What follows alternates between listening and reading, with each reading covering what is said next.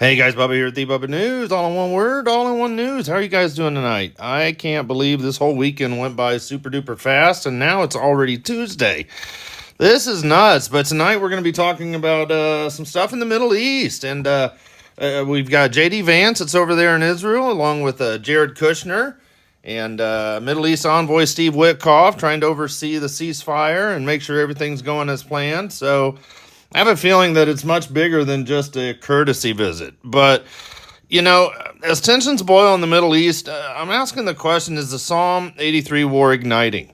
After talking about J.D. Vance, we're going to kick it off with Saudi Crown Prince Mohammed bin Salman. He's visiting the United States November 17th through the 19th. And he's having a pivotal White House meeting with Trump on November 18th to ink deals on artificial intelligence, defense, nuclear cooperation, and trade, potentially reshaping the alliances amid Gaza's fragile ceasefire, right there in Iran's shadow.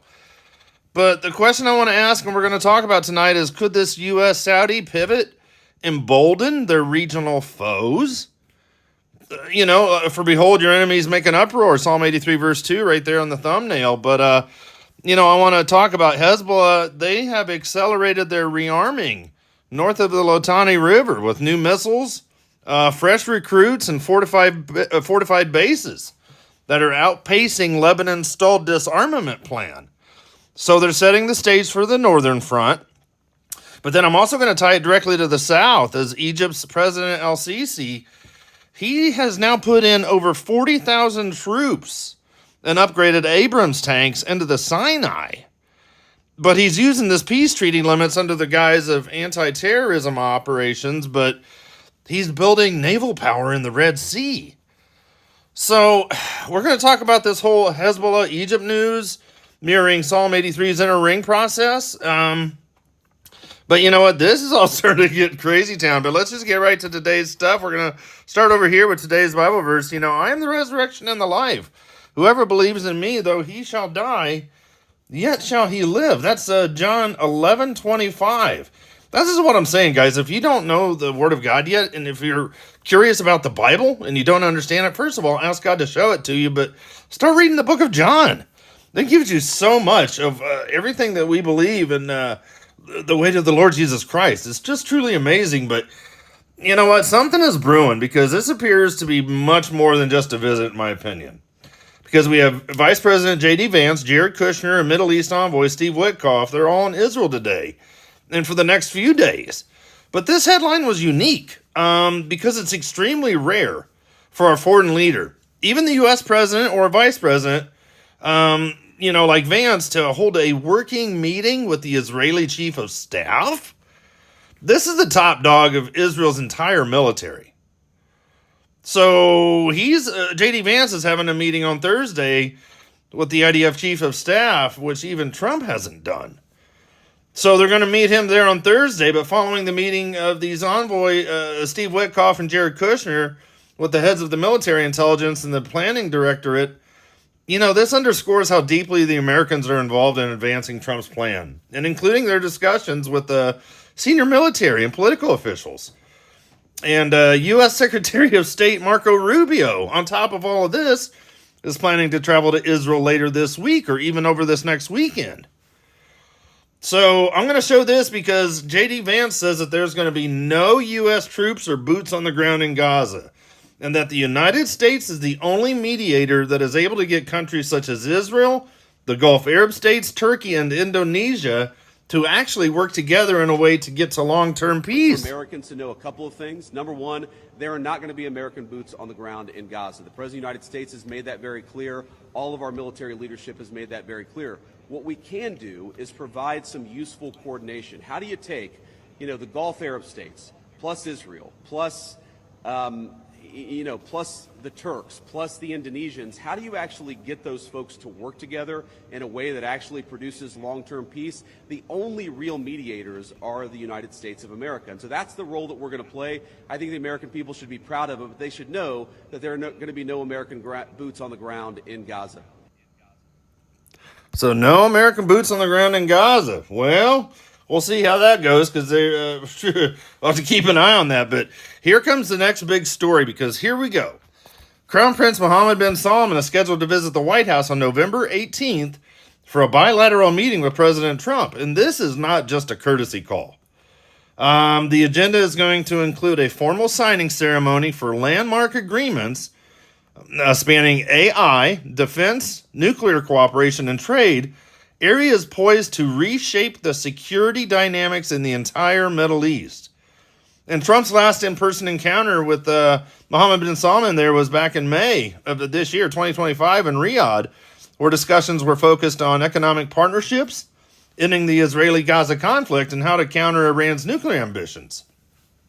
Well, Saudi Arabia is aggressively pursuing a mutual defense pact with the United States, modeled after the one that Trump inked with Qatar earlier this month, early October 2025. But, analysts are suggesting that this visit could accelerate progress towards the broader Abrahamic Accords expansion into the upcoming Abraham Alliance.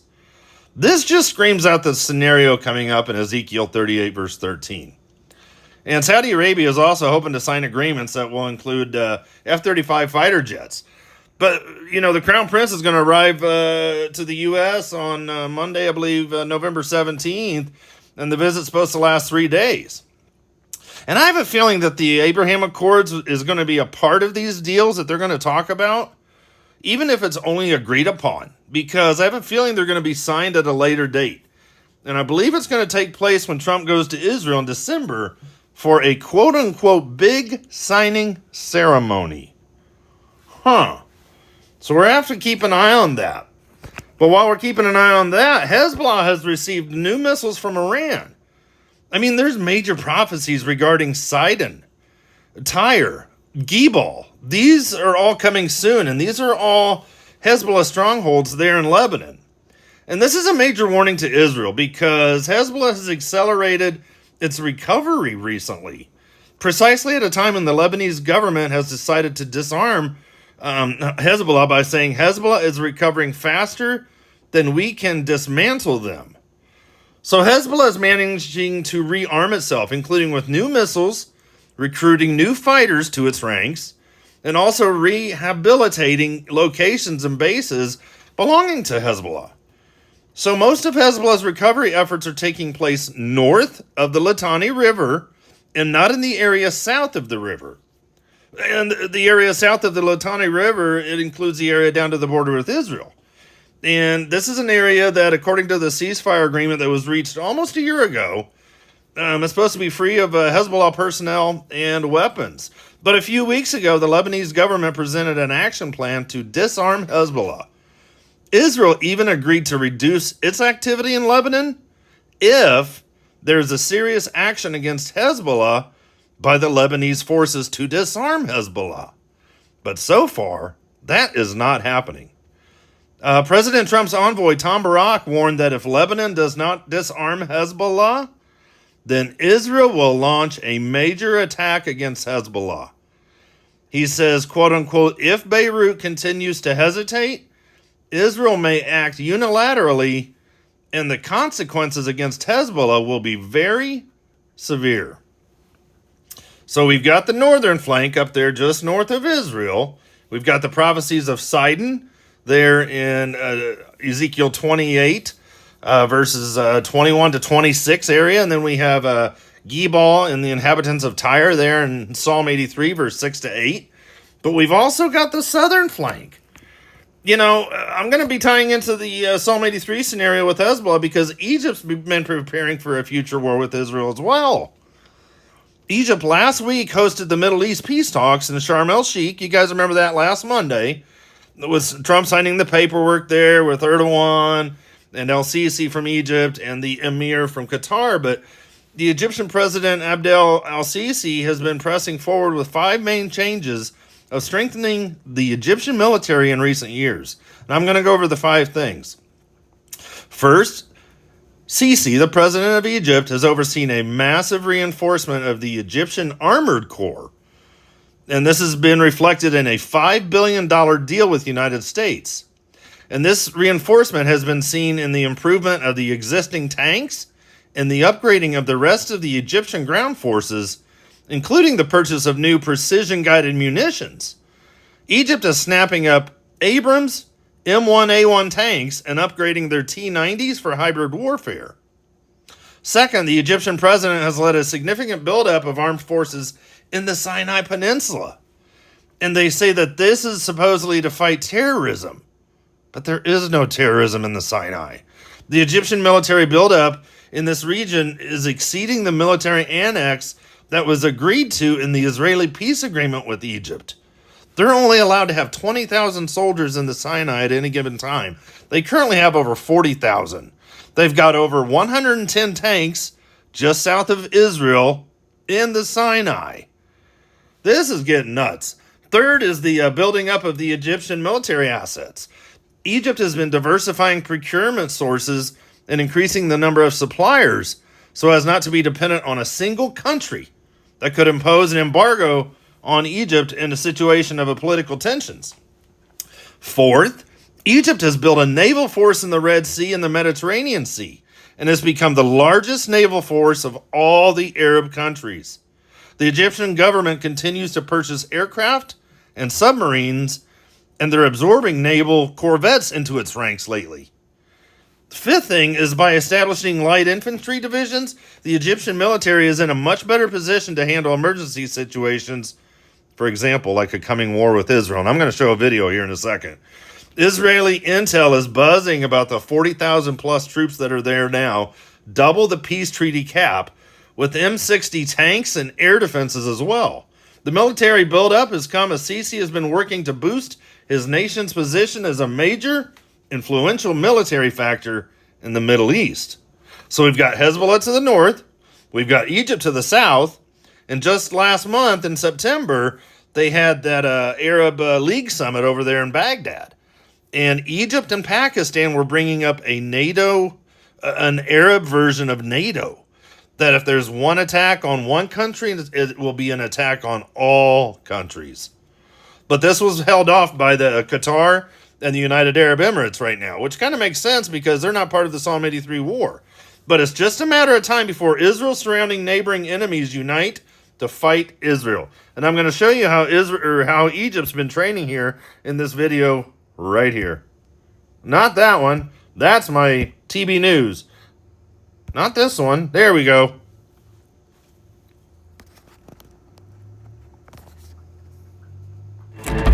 Oh. There we go.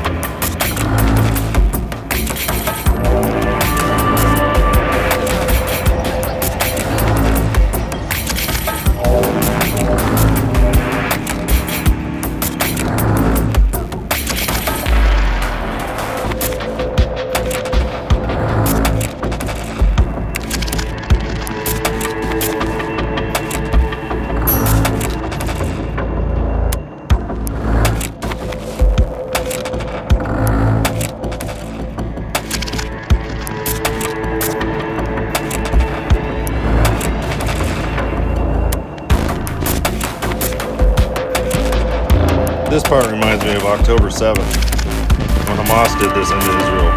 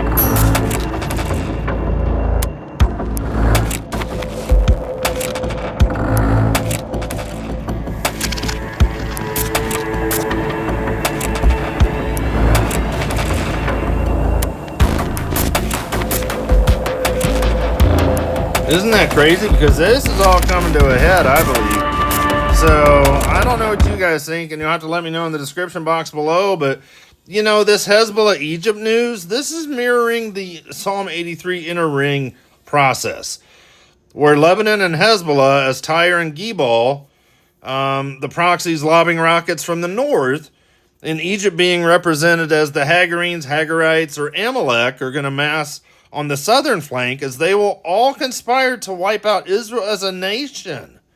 This is all prophesied, and this just feels like a ticking time bomb. And it feels like it's starting to build up as we get closer to the end.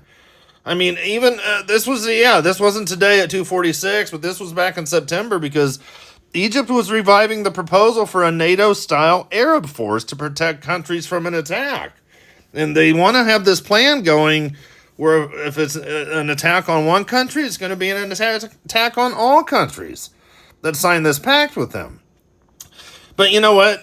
Even this was rejected at the Doha summit a couple weeks back because the president of Egypt, El Sisi, there, he left Qatar deeply frustrated after the Gulf states rejected his bid for this Arab NATO. And Qatar and the UAE said no. But you know what? It doesn't make sense, because the UAE is part of the Abraham Accords, and Qatar, we'll see if they even want to join. But, you know, there's something going on, too, because God made a promise to Israel back in Genesis 15:3, especially with Abraham. On that day, the Lord made a covenant with Abrams, saying, "To your descendants I have given this land, from the rivers of Egypt as far as the great river, the river Euphrates." And this is what they're talking about, the greater Israel map. And this is what the Arabs and the Muslims do not want at all. So we're going to have to keep an eye on that, because it could be turning into something crazy town here in the days and weeks and months to come. We'll have to keep an eye on this. But you know what? We've all seen these maps by Bill Salas, the inner circle there. You know, you've got Gebal and Tyre in the upper left-hand corner of Lebanon there, and you have Assyria helping the children of Lot, which goes into Iraq. You have Ammon, Moab, Edom, all mentioned as Jordan. You've got the Ishmaelites of northeastern, northwestern there, Saudi Arabia. And of course, you've got Philistia being Hamas, Gaza, as well as probably the West Bank into there with the tents of Edom. But you've also got Amalek and the Hagarenes, or the Hagarites, being brought in as the Egyptians. So all of tonight's news that I'm trying to tie into, this is all starting to come together. But, you know, this, I believe, still has to happen before the inner ring, or the inner circle, before the outer ring can take place of Ezekiel 38:39. And the Psalm 83 war has so many vast differences than Ezekiel 38:39, because none of the players, or none of the 10 people groupings in Psalm 83 verse 6 through 8 are mentioned in Ezekiel 38. Psalm 83 verse 6 through 8, none of those people groupings are mentioned there in Ezekiel 38. So it's just something I wanted to bring up tonight and just talk about this whole Psalm 83 war, Hezbollah, Egypt military, and the whole thing with Saudi Arabia coming to meet Trump. And then with this whole Arab NATO thing coming up, who knows how far they're going to push that, but I have a feeling they're going to bring it up pretty soon again, because something's going to happen. And I believe it's still just a ticking time bomb between Israel and Gaza. And this ceasefire with Hamas, it's going to be very short-lived, even though they have big plans. I would still believe major war can come before the Daniel 9:27 peace plan, Isaiah 28:15 contract with hell and Sheol. That's still coming up. So I think we're going to wrap it up for now. But thanks to you guys for watching. Thank you all to the moderators for being here tonight. And thank you guys so much for your prayers and support and love. I'll be going to the Uptime Prophecy Conference this weekend, Friday, Saturday, and Sunday, if we're still here, the 24th through the 26th. And I forgot to put up a screenshot, but I'll bring that up in the next video. But you know what? The prelude to war. You know, is it coming to pass? Are we starting to see the puzzle pieces coming together? I think it's just a matter of time before we do see something major kick off. And with that, I bid you adieu. Thank you guys so much for being here. I'll see you here, there, or in the air. Maranatha. Jesus Christ is coming so very soon.